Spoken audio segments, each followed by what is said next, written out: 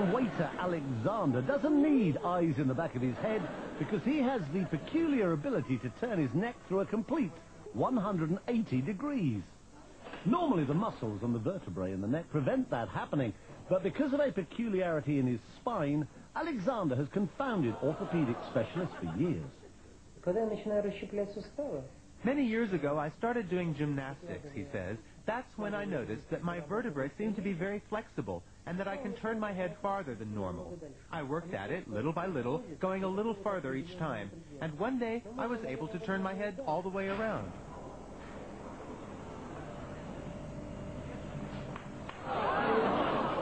Despite the somewhat unsettling crunching of bones, Alexander claims to feel no, which is more than could be said for the people sitting behind him on a bus.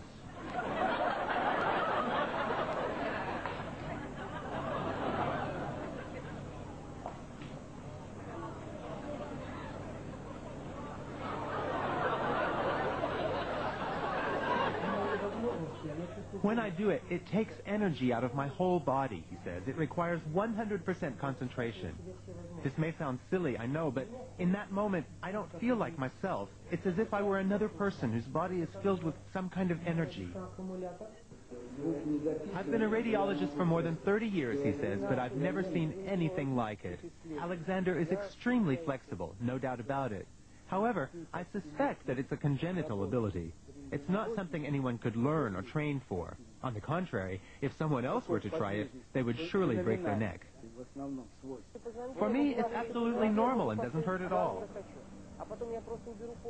The fact that he can turn other people's heads as well, although obviously not as far, has encouraged Alexander to take his peculiar skill on a concert tour.